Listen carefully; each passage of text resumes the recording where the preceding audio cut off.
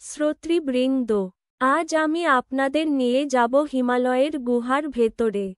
এটি সেই গুহা যেখানে যুগ যুগ ধরে হিন্দু সন্ন্যাসীরা বসেছেন ধ্যানমগ্ন হয়ে। সেখানেই তারা পেয়েছেন আশ্চর্য সব অভিজ্ঞতা। হিমালয়ের কোলে বরফে ঢাকা এক গুহা। গুহার ভেতর নিস্তব্ধতা, কেবল বাতাসের শো শো আওয়াজ। অন্ধকার গুহার ভেতরে বসে আছেন এক সন্ন্যাসী। দেহ জড়ানো সাদা কাপড়, হাতে জপমালা, চোখ বুজে স্থির ধ্যান।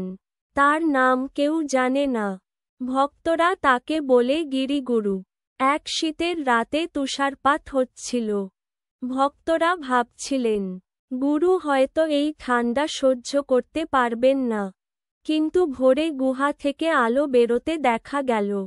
ভেতরে প্রবেশ করলে দেখা গেল, গুরু একদম স্থির।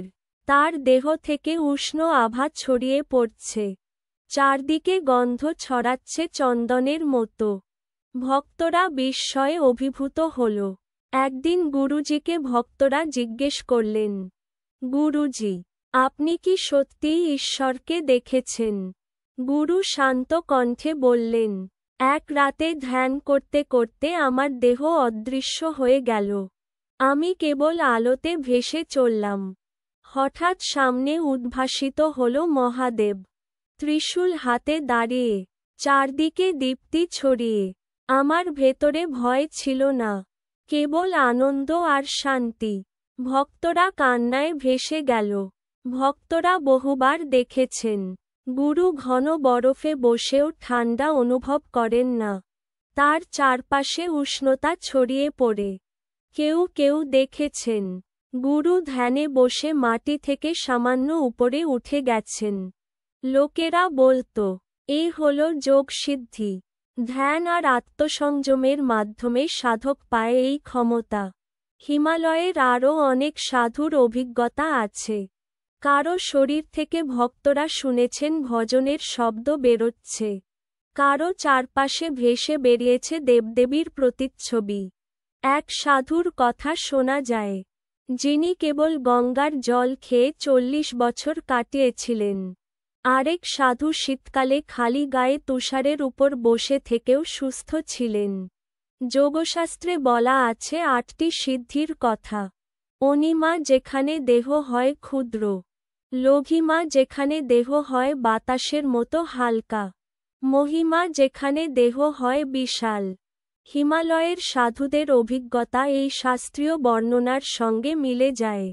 তারা বলেন, এটি জাদু নয়, এটি দীর্ঘ সাধনার ফল। সপ্তম দৃশ্য, বিজ্ঞানের দৃষ্টিতে। বিজ্ঞানীরা বলেন, গভীর ধ্যানে মানুষের মস্তিষ্কের তরঙ্গ বদলে যায়। আলফা ও থিটা তরঙ্গ সক্রিয় হলে শরীর হালকা লাগে। শ্বাস নিয়ন্ত্রণে আসলে শরীরের তাপমাত্রা বদলে যায়। তাই কেউ শীতকালে তুষারের উপর বসে থাকলেও অসুবিধা হয় না। তবে ভক্তদের চোখে এটি অলৌকিক মনে হয়। আজও হিমালয়ের হাজার হাজার গুহা সাধকদের আবাস। সব গুহা সাধারণ মানুষ খুঁজে পায় না। কথিত আছে, সেই গুহাগুলো দেবতার উপস্থিতিতে ভরা। যে সাধক সেখানে ধ্যান করেন, তার কাছে প্রকাশ পায় অসীম শক্তি। হিমালয়ের সাধুদের অভিজ্ঞতা আমাদের শেখায়, ধ্যান মানুষকে অসাধারণ শক্তি দেয়। কিন্তু আসল উদ্দেশ্য অলৌকিক ক্ষমতা নয়। আসল উদ্দেশ্য হল আত্মজ্ঞান, শান্তি, করুণা আর সত্যের উপলব্ধি।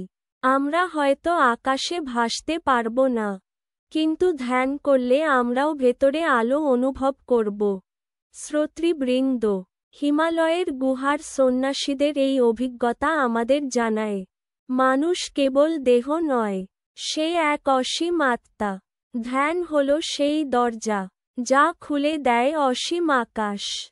তাই প্রতিদিন কয়েক মিনিট চোখ বুজুন, শ্বাসের ছন্দ অনুভব করুন। তাহলেই আপনিও ছুঁতে পারবেন সেই আলো, যা যুগে যুগে সন্ন্যাসীদের অসাধারণ অভিজ্ঞতার উৎস হয়েছে।